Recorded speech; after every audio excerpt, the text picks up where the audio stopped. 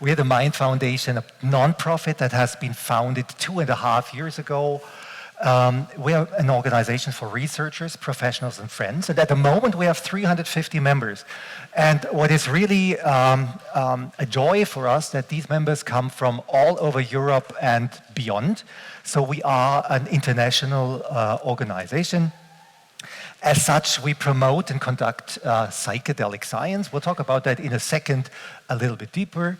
And we work to promote a healthier, more connected world through evidence-based, safe and legal applications of the psychedelic experience. You all got that little booklet in your conference bag and can read about us a little bit deeper. So, and who are you? Actually, we thought we'd have a little bit more data about you at the beginning. We'll have that at the end, I think. Well, 53% of the conference, of the more than 500 people that registered for the conference come from Germany. And all the others come from strange countries, like the United States, Great Britain, Netherlands, Switzerland. We have a very strong Swiss community here. They are also starting and ending the conference. I don't know why that happens. So thank you all for coming such a long way over the ocean. Thank you to our friends from Usona also, going all the way from the United States. Here, Usona will have a very important role on this conference, and they'll speak in a minute.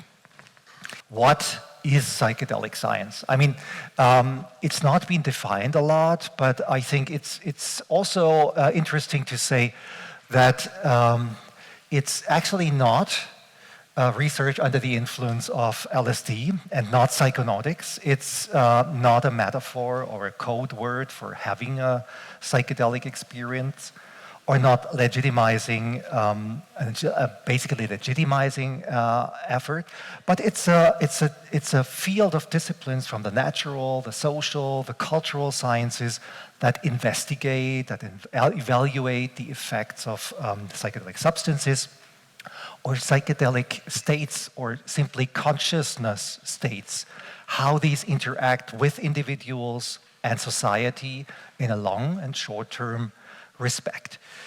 On the inside, we have 4 tracks. That's research, therapy, public health, and philosophy.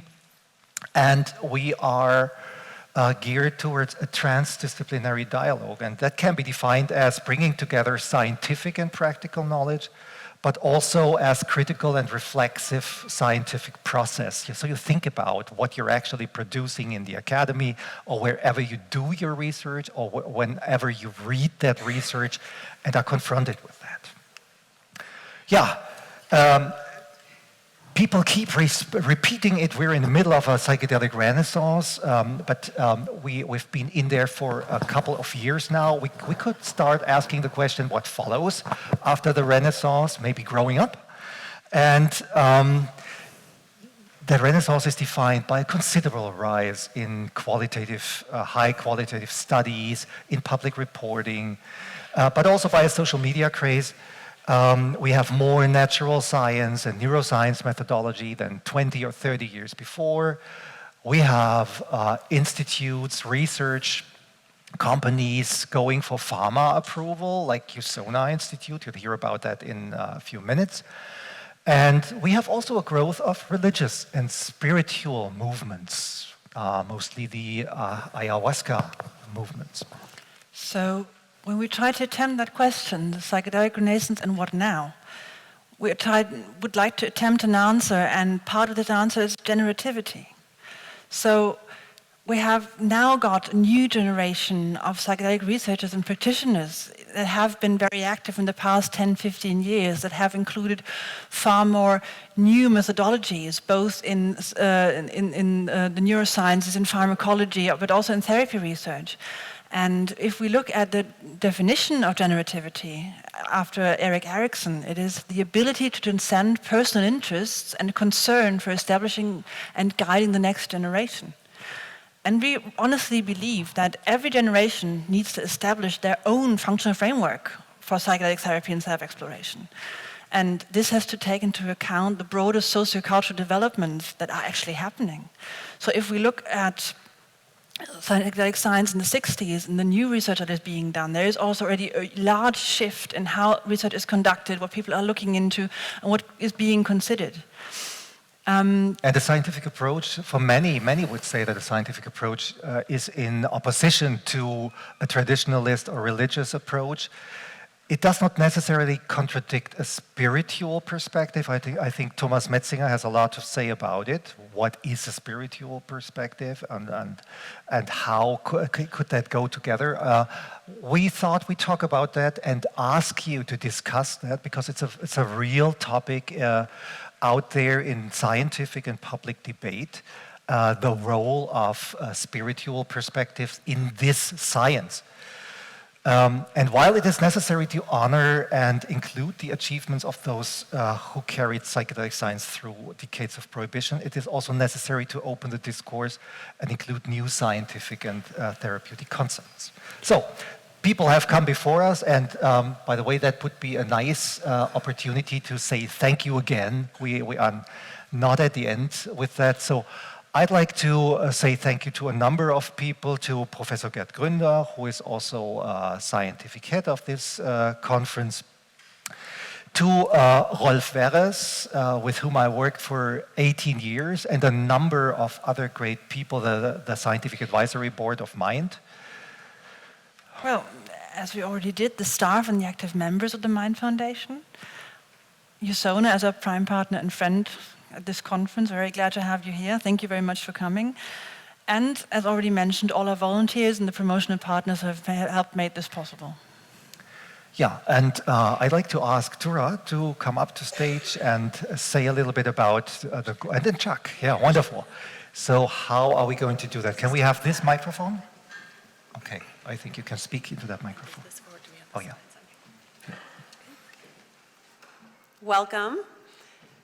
I am Tura Patterson, Senior Director of Strategic Partnerships with Usona Institute from Madison, Wisconsin. This is my colleague Chuck Raison. Dr. Raison is our Director of Clinical and Translational Research. And I'd also like to introduce to you Rasimi Kars, who is here in the front row. Rasimi is a Communications Associate with Usona Institute. Let me share with you briefly just a little about what we are doing, who we are, and something about a surprise for you today. First of all, what are we doing? So we thought that the best way to explain that would be to start with the end in mind, the end or the future.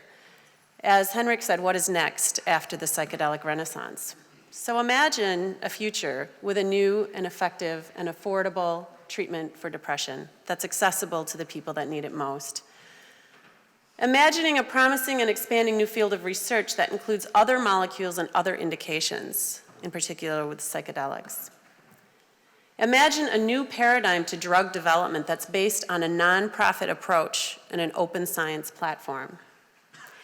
And a community of individuals and organizations, including practitioners, researchers, clinical experts, and a variety of people from the sciences and other areas of research, as Henrik said again, transdisciplinary approach to developing a new model of care. Usona Institute is a nonprofit medical research organization formed in 2014 now, 5 years ago, based in Madison, Wisconsin. Our mission is to conduct and support preclinical and clinical research to further the understanding of therapeutic effects of psilocybin and other consciousness-expanding medicines. Our focus is on alleviating depression and anxiety in people for whom current medical treatments fall short in offering a better quality of life. Today, our surprise is, and for ourselves, a significant milestone in this field of research. We've just released the announcement of the launch of our phase 2 clinical trials, and I'll just pause briefly to allow Chuck to mention a few words about what's involved in that effort. Yeah, so you know, it's interesting. I always say if you want to do something outrageous and on the cutting edge, often the best way to do it is in the most conservative, straightforward way possible. Don't try to have too many unique things in the mix all at once. And that is really true when it comes to studying something like psilocybin. if one wants to get it approved by a regulatory agency, they have very, very strict guidelines and hoops that one has to jump through, and design hoops.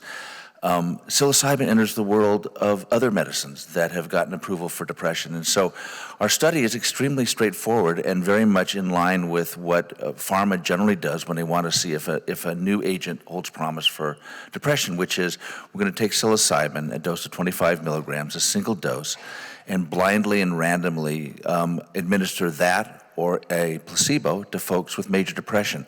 Important point, not treatment-resistant depression. One of the great things about being a nonprofit, it opens the door for us to have a sort of larger scope. We're really interested in depression itself, so that if this works, it'll become available to people across the spectrum. People won't have to fail a number of treatments to be potentially available for this. So randomized, double-blind, 2 groups. You assess people before they start. They have the psilocybin. We do it in a way that's very consistent with how it's been done in prior studies with a set and setting approach. And then you look at people, and in our study, it's a 6-week follow-up, which is a fairly short period of time, but also consistent with what you see with antidepressant studies, and with a primary endpoint at 1 week, because in the United States, the FDA is hugely interested in this question of agents that have a rapid onset of action, and the data we have thus far suggests that it has a rapid onset of action. So a very straightforward study, 80 individuals, and about to start. If you're interested in more information or the press release, if you want to just go to our website, which is listed here, www.usonainstitute.org. Just a little further description of what we're doing. First of all, we envision a much greater impact in terms of what our work is, and also our collaborative work together. As a nonprofit, we see ourselves as serving the public good. As a nonprofit, we also see our mission as to enable this drug to be available affordably and accessibly, again, to a wider market potential. In order to do that, we see ourselves as enabling others to be able to continue the research. It is not just Usona, it is actually a network of other organizations, for example, the Mind Foundation and others who are here today, that will enable this research to be advanced. What does open science mean? It does mean that we are publishing and sharing the findings of our research and of our studies, but also sharing the GMP drug product for researchers at no cost. Good manufacturing practices are the pharmaceutical grade drug product that is necessary to conduct clinical trials in humans. And we currently have a list of researchers around the world that are interested in receiving drug to enable their trials. We also view ourselves as a convener of experts, and we are grateful for the opportunity to be part of this convening effort here at this conference. Some of the things that come out of events like this are more than just that you saw a really wonderful and inspiring talk, but you connected with other individuals and other organizations that somehow has a ripple effect down the road that you couldn't have imagined before you came into it. And we also are grateful to our collaborators around the world. Some of these are our scientific partners. Some of these are partners in outreach and education efforts.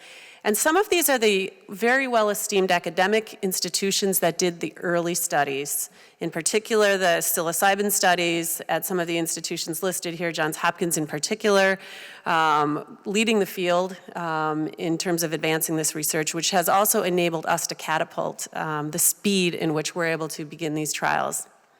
So with that, I'll close. Thank you, welcome, and look forward to meeting as many of you as possible. Thank you, Henrik.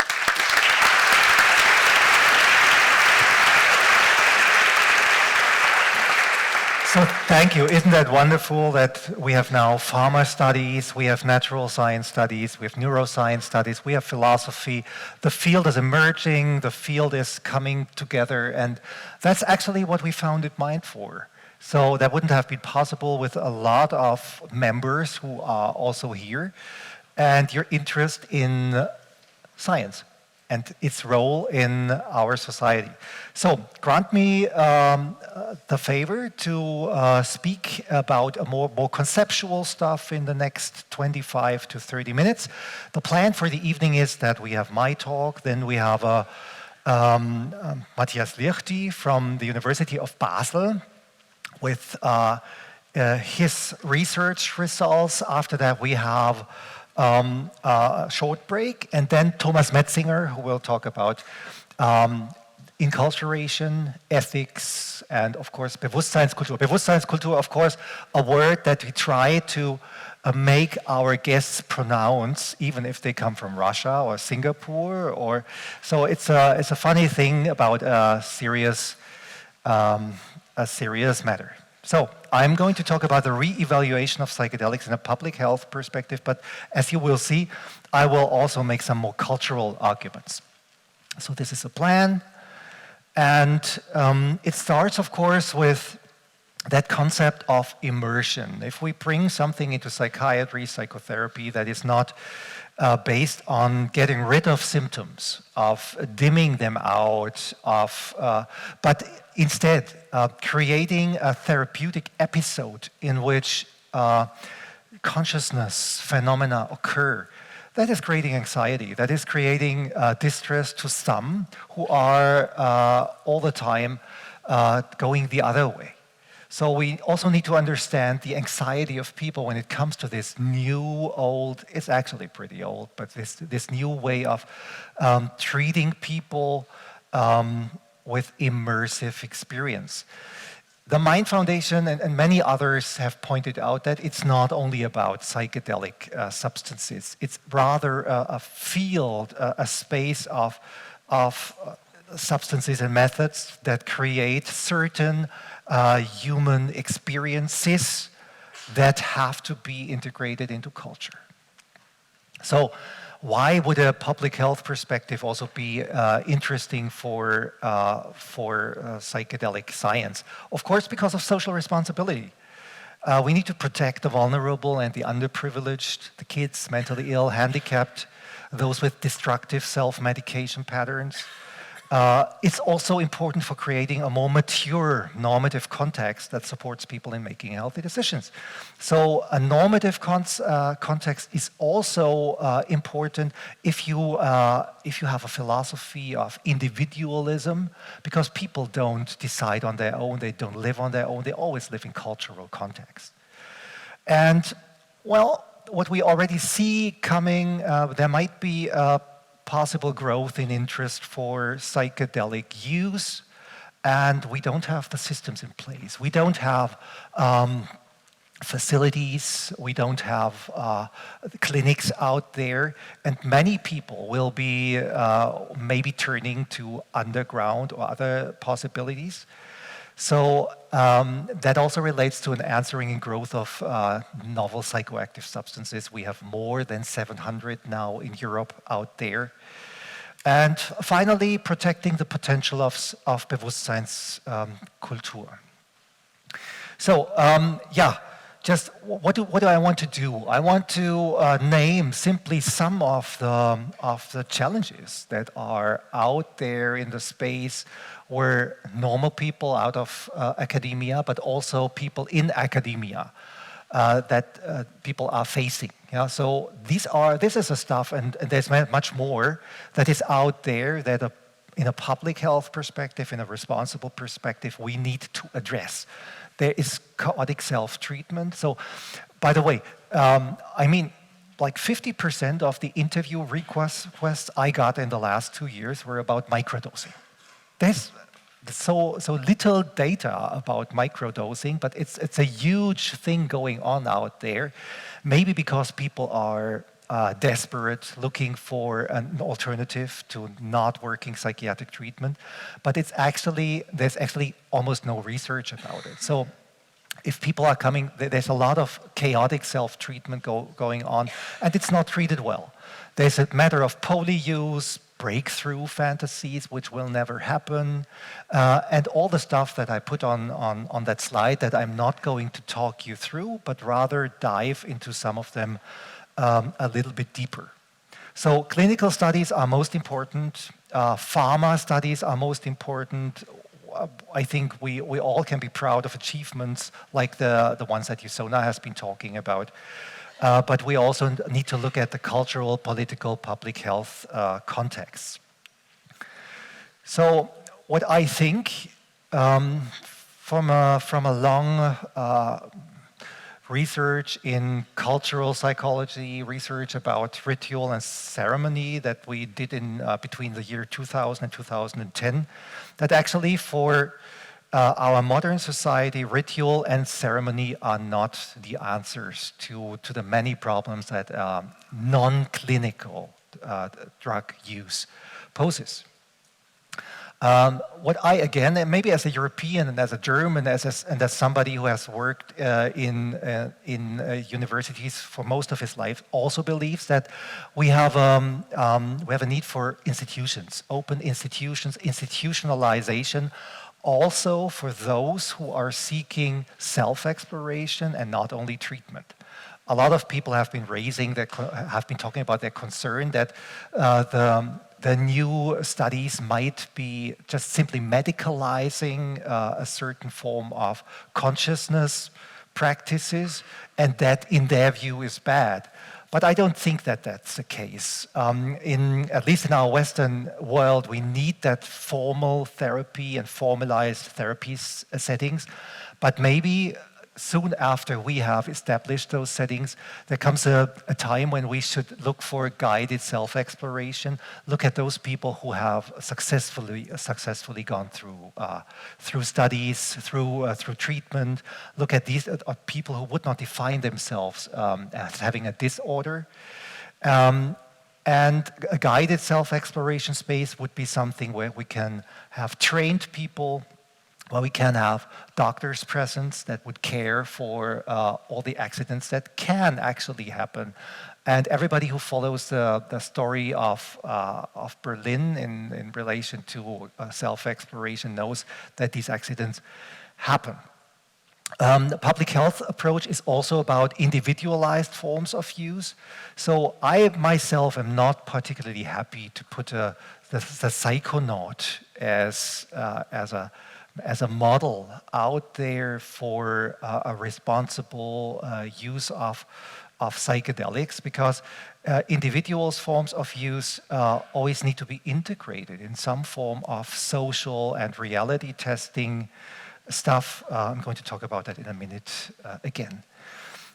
Very, very briefly through that, most of you know what psychedelics are, 5-HT2A receptor agonists, we could call them, neuroplastogens, psychoplastogens.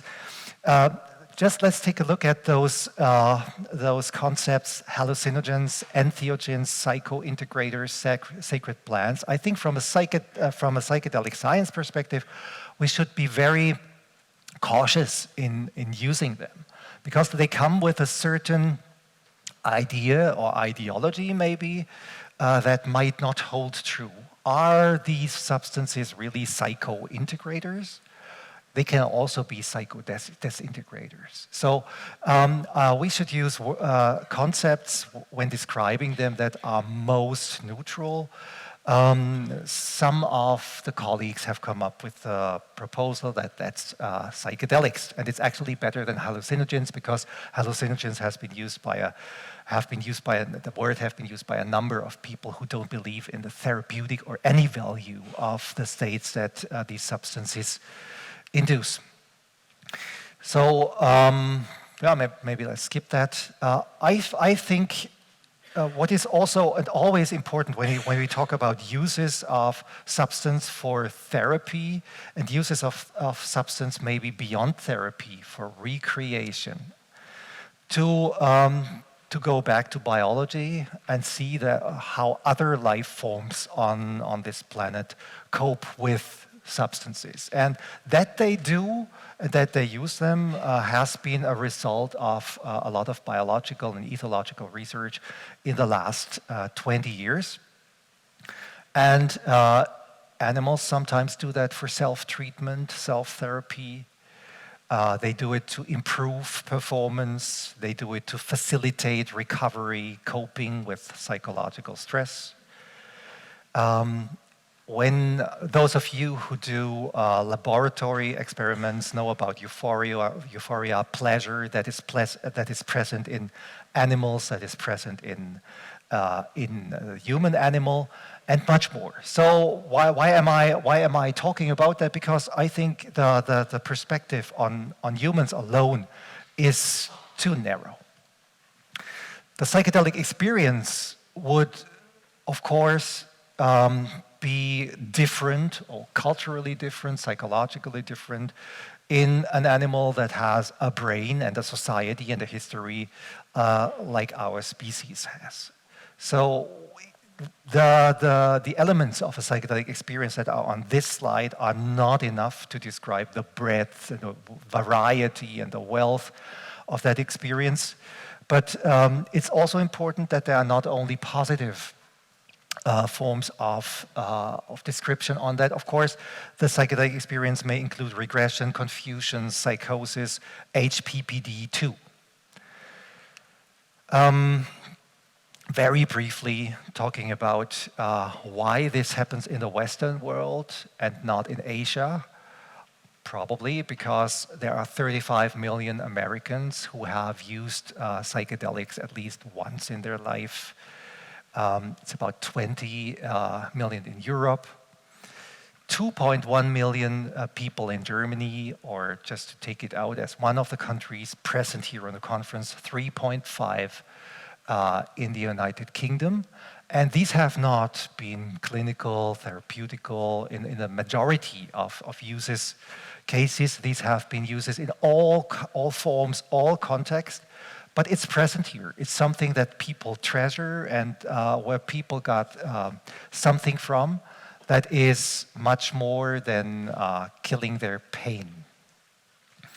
Of course, these numbers go up when you look into certain populations. Those of you living in Berlin know about the study that has been conducted by our colleagues from Charité. And there you find a lot of people using psychedelics or many more times a year or in the last days. But this study also shows that the usual way of dealing with those substances is actually, or of dealing with the possibility to use them, not to use them only alone. A lot of people use substances. There's a couple of substances. Polyuse is more present than we think, and there is very little research about it. So even if psychedelics show to be unproblematic, polyuse patterns might be something that is very problematic for these people or for society. Having said that, if we look at the emergency room presentations, LSD, which is, I think, the only psychedelic in this list, is not on top of that. That's European data from the EMCDDA. And again, just picking out two of the classical psychedelics, LSD and psilocybin are considered physiologically safe in clinical contexts and have nearly no addictive potential. Yet, new psychoactive substances have popped up in the last 15 years, more than 700, as we already said, with very low epidemic relevance, but severe risks. So there are psychedelics out there, new psychedelics that can kill people, even using in double dose, like 25I, and Bome would be one of the substances that did it. So saying that psychedelics are safe would be simply wrong. They are not. You need to people need to look at what they are, which substances, and in which context they are used. There are mental health risks too, and recreational self-exploration and individual uses. And there are case studies that there are mental health risks like HPPD, that is hallucinogenic persisting perception disorder. We actually we don't have the studies to really tell how often people have HPPD. What we have, just picking out an example, is that in a traditional context, that's a study by Halpern, even people who used peyote, mescaline, more than 100 times, not a single case was reported, but there were there are actually also other studies that reported that almost 5 to 50% of the population investigated had flashbacks or HPPD symptoms. So LSD, also in contrast to psilocybin, is a study most often associated with that disorder.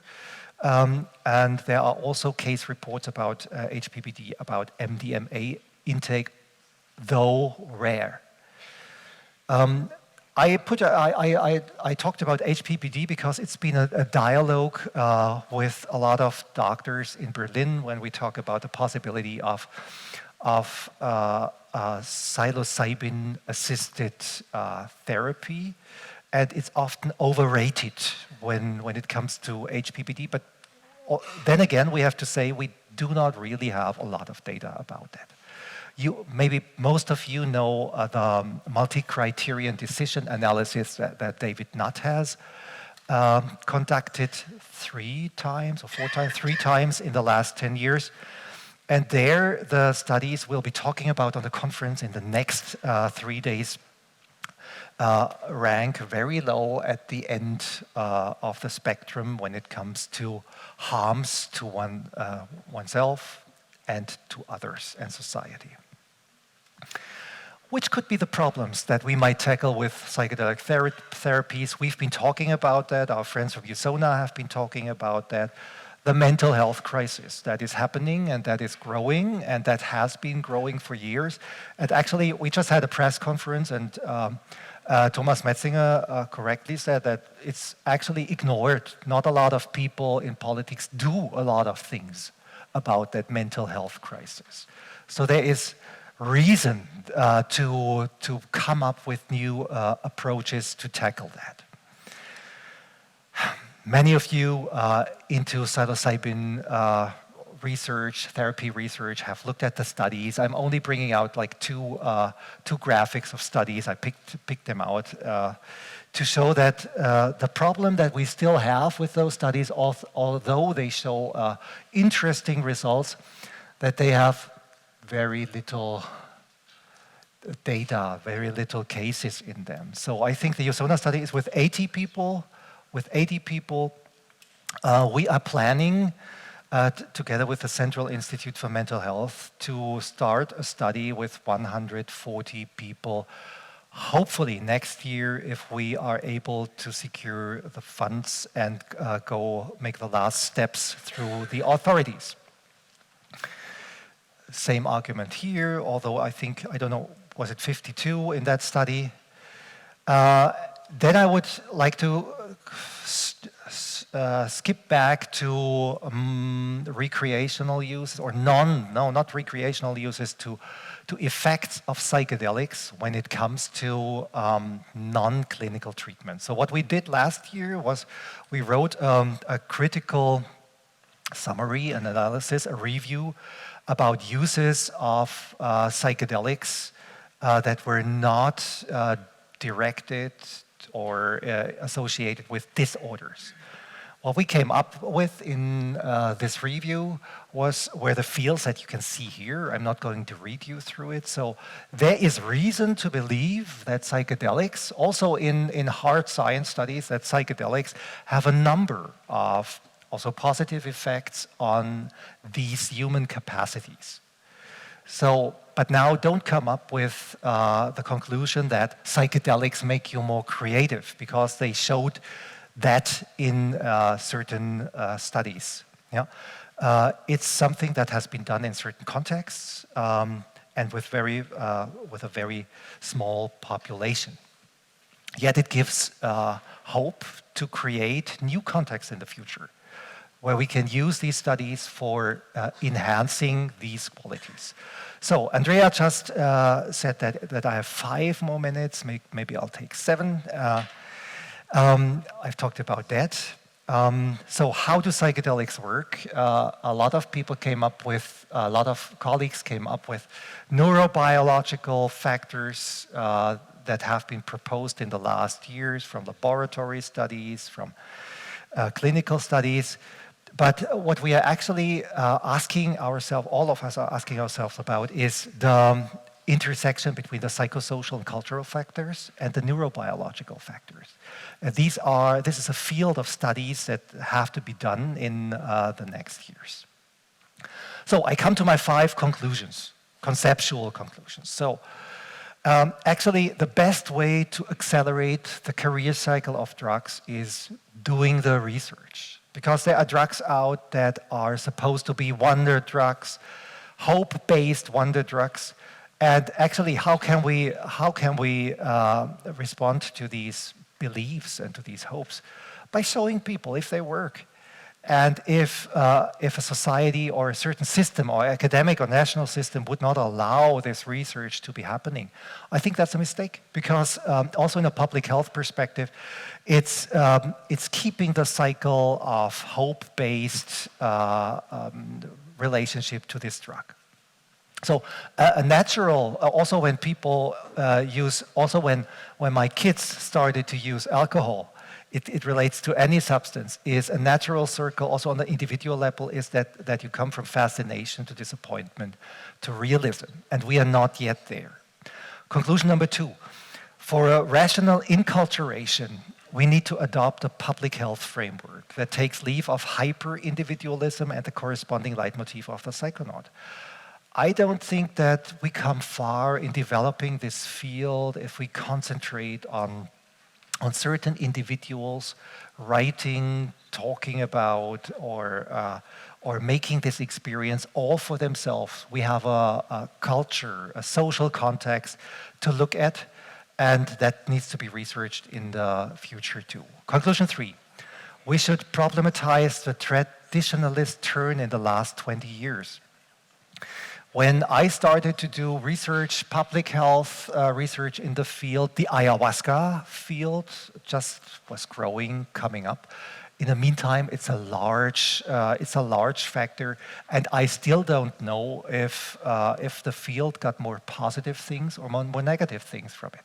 I know that a lot of people had great and rewarding experiences in ayahuasca context, but with it came religious beliefs, sometimes ideologies that make it a little bit harder to get a psychedelic, scientifically based psychedelic treatment and self-exploration model out in society.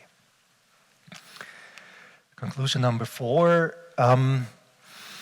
for a long time now, for 20 years at least, there has been more growing research about long-term sustainable effects of treatments, but also about protective factors in people that help them to cope with stressors.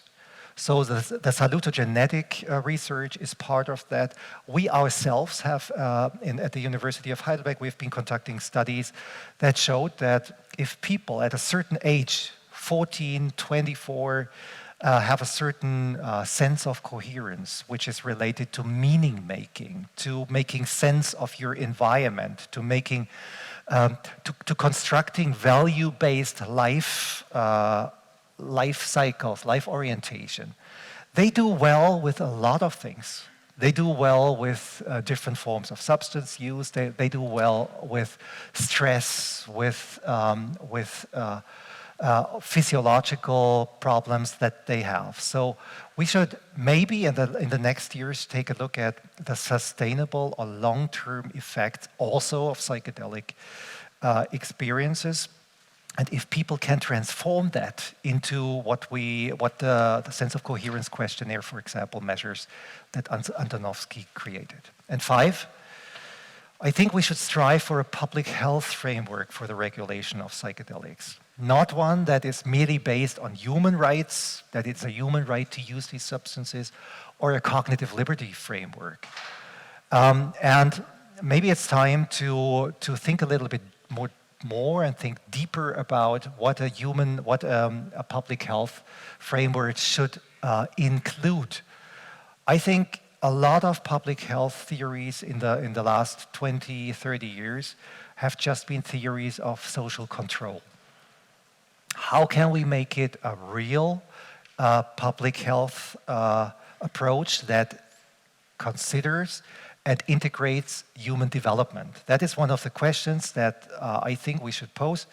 So, and why should we do that? Because people, there are actually theories and work and also data out there that would help us to conduct something like that for the psychedelic field too. It, for example, comes from the human development approach researchers Amartya Sen and also the philosopher Martha Nussbaum. And I think that is something that fits very well to the psychedelic experience and how we do research about it. Yeah, that was basically what I wanted to add, or how I wanted the conference to begin. And I'm inviting you to pick up all these ideas, the framework, even when we go into clinical research now, or the philosophies that we're going to talk about. By the way, we have philosophy in these conferences. We did it in the drug science 2 years ago too, because we think there is a deep need to think deeper about the epistemology, about the truth factor, the truth state of the psychedelic state. And that's what we need philosophy for.